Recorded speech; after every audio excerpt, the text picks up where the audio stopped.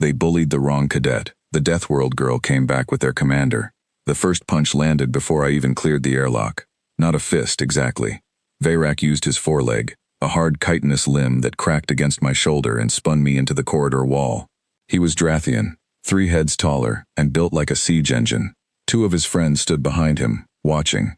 One of them, a pale sullen named Corvin, was already laughing. I hit the wall, bounced off it, and stayed on my feet. That part surprised them.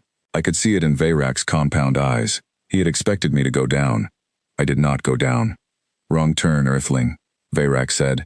His translator made his voice sound almost bored. "The advanced simulation bay is not for first years. Certainly not for primitives." I picked up the datapad I had dropped, tucked it under my arm, and looked at him. Not up at him. At him. That was something else they did not expect. Most cadets from younger spacefaring civilizations looked away from Drathians. Something about the size and the clicking mandibles made the brain send retreat signals. My brain had learned different signals growing up on Earth. "I have a training slot," I said. "Booked it yesterday." "Cancel it," Corvin said from behind Veyrak. "We want the bay." There were 3 of them and 1 of me. Veyrak outweighed me by roughly 400 kilograms. Corvin had some kind of low-level telepathic ability that made most people feel anxious just standing near him. The third one, a barrel-chested Ganite named Udo, had once crushed a sparring dummy designed to withstand battlesuit impacts. I said, "No." What happened next was fast and ugly. Veyrak swung again. I ducked under it, felt the displaced air move my hair, and drove my elbow into the joint where his foreleg met his body. Not the chitin, the soft part underneath. He let out a sound that no translator could beautify. I stepped back before Udo could grab me. Corvin pushed something at me mentally. It felt like cold water behind my eyes. I had felt worse. Earth produces worse on a Tuesday afternoon. I looked at all 3 of them. "I am going to my training slot now," I said. "If any of you follow me, I will report this incident to the Academy Ethics Board with full biometric documentation." I held up the datapad. The recording function was lit green. It had been on since the moment they cornered me. They let me go. But they did not forget. "My name is Nora Callum. I am from a place called Inverness, in the northern part of Scotland on Earth. I grew up near mountains that tried to kill you in the summer and promised to finish the job in the winter. My father was a search and rescue operator. My mother cataloged deep-sea specimens. From the age of 4, I knew how to tie a bowline knot, read a weather pattern, and apply pressure to a wound. By 12, I had survived a bear encounter, 2 whitewater incidents, and 1 genuinely terrifying school trip to a cave system where 3 children got briefly lost, and I was the one who found them. Earth is a death world. Every species in the Galactic Academy knows it. They say it like a joke. The gravity is oppressive, the atmosphere is chemically aggressive, the biosphere actively tries to eat everything including itself, and the dominant species somehow thrived in the middle of all of it and then had the audacity to apply for interstellar citizenship. I did not think of myself as extraordinary. I was simply from a place that had made me difficult to break. The bullying did not stop after that corridor incident. It shifted, became quieter, more systemic. My simulation scores were flagged by a senior cadet reviewer named Harden who had been friends with Veyrak since their first year. My lab request for the xenobiology module was deprioritized 4 weeks in a row. Someone swapped my nutrition pack with one calibrated for a Sullen's metabolism, which is roughly equivalent to handing a human a bag of industrial solvent and calling it lunch. I spent 2 hours in the medical wing while a very apologetic nurse named Preet flushed my system and told me it was probably an administrative error.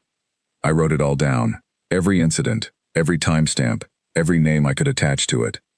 I also kept training.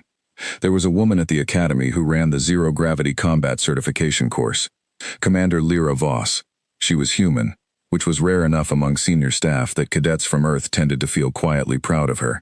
She had been one of the first 4 humans to achieve flag rank in the Galactic Defense Forces, and had subsequently spent 11 years commanding a rapid response unit called the Gravehawks. She was not warm. She was not encouraging. She watched cadets the way a geologist watches rock formations, with patient, precise interest in what the pressure had produced. She noticed me 3 weeks into the term. I did not know this at the time. I found out later. What I knew was that one morning I arrived at the Zero-G Bay and found Commander Voss standing in the observation gallery instead of her usual position at the door. She watched me run the standard evaluation drill. She did not say anything. She left before I finished. The next week she told me to stay after the general session. "Your reaction time in the corridor drill is 17% above the cohort average," she said, without preamble. Your pain threshold protocols during the pressure suit simulation were the highest logged this year, and your biometric data shows that your cortisol response to threat stimulus peaks and then drops within seconds, faster than any non-human cadet in this group. She looked at me as if she was still deciding something. I have been watching the incident reports associated with your name, she said. Not the ones that made it into the system, the ones that almost did and then disappeared. I said nothing. Cadet Callum, she said. What are you planning to do about Veyrak and his group? I pulled out my datapad. She read through what I had compiled without expression. It took a long time. There were 47 documented incidents, including the lunch swap and 6 separate instances of property interference, and one moment in the library stacks where Udo had physically blocked me from leaving a room for 11 minutes while Corvin ran his cold water trick at full intensity. When she finished reading, she looked up. This is thorough, she said. I grew up on a Deathworld, I told her. We document everything. You never know what information becomes critical later. Something shifted in her face. It was subtle, but I had spent enough time watching dangerous things in my life to recognize the moment a predator decides it approves of something.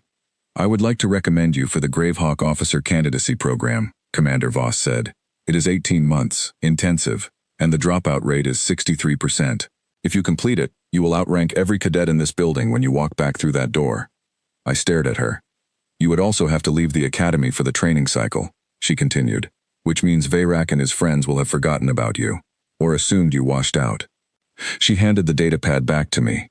Your documentation, she added, will also be submitted to the Galactic Academy Ethics Board through my office, which means it cannot be buried. Disciplinary proceedings will begin within 30 days. I thought about Inverness. I thought about my father pulling a stranger off a mountain in a blizzard at 3 in the morning because that was simply what you did when someone needed pulling. I thought about being 14 and finding 3 lost children in a cave and walking them out one at a time, calmly, because panic helped no one. When do I leave? I said. The Gravehawk program was the hardest thing I have ever done, and I was raised on a planet that produced species like grizzly bears and blue-ringed octopuses as a matter of course. The training site was a decommissioned military station on a moon with irregular gravity and atmosphere processors that were left at 60% efficiency on purpose. We ran drills in suits and without suits. We trained in darkness. We trained in environments calibrated to simulate everything from deep vacuum to toxic rain. Our instructor, a 4-armed Velshan named Grex, told us on the first day that the Gravehawks did not produce soldiers. They produced problems that could solve other problems. I liked that description. I was not the only human in the program. There was a man named Cole Barker from New Zealand, built wide and quiet, who had grown up fishing in open ocean, and who handled pressure the way most people handle mild inconvenience. We became close, not romantically, the kind of close that happens when 2 people have carried each other through situations that restructure your understanding of your own limits. 18 months, 63% dropout. Cole and I both finished. I walked back through the academy's main entrance on a Thursday morning. In the 3rd month of the new academic year, I was wearing a Gravehawk officer's uniform, which is a particular shade of dark gray that most cadets only ever see on people significantly above them in the command structure. My rank insignia put me at Lieutenant Commander, which meant I outranked not only every cadet in the building but also a substantial portion of the teaching staff. Voss met me at the entrance. Disciplinary proceedings concluded 6 weeks ago, she said. Veyrak has been suspended pending review. Corvin lost his academic standing for falsifying an incident report. Udo is on probation. I nodded. You don't look satisfied, she said. I am not here for satisfaction, I said. I am here because I wanted to finish what I started. She smiled. It was small and sharp and absolutely genuine. We walked into the main hall together. The first person I saw was Hardin, the senior cadet reviewer who had flagged my simulation scores. He recognized me half a second before he recognized my rank insignia. I watched his face go through 3 separate stages of understanding in about 2 seconds. The 3rd stage was the most interesting one. The second person I saw was Corvin. He was standing near the atrium fountain with 2 people I did not recognize, looking at something on a shared screen. He looked up when Voss and I passed. The cold water thing happened. An automatic response, I thought. Trained reflex. I felt it. I let it wash over me the way cold water washes over a person who has swum in the North Atlantic. Uncomfortable. Manageable. Gone. He saw that. His expression went very still. I did not stop. I did not slow down. I did not acknowledge him with anything, except the fact that I kept walking. That was enough. Veyrak was not there. His suspension had become an expulsion the previous week after a secondary investigation surfaced 2 incidents involving other cadets that had not made it into any report. Udo I saw once, at a distance, in the corridor near the simulation bay. He looked at me and then looked away quickly. He was on disciplinary probation and working under a faculty monitor. He would graduate eventually, I supposed, or he would not.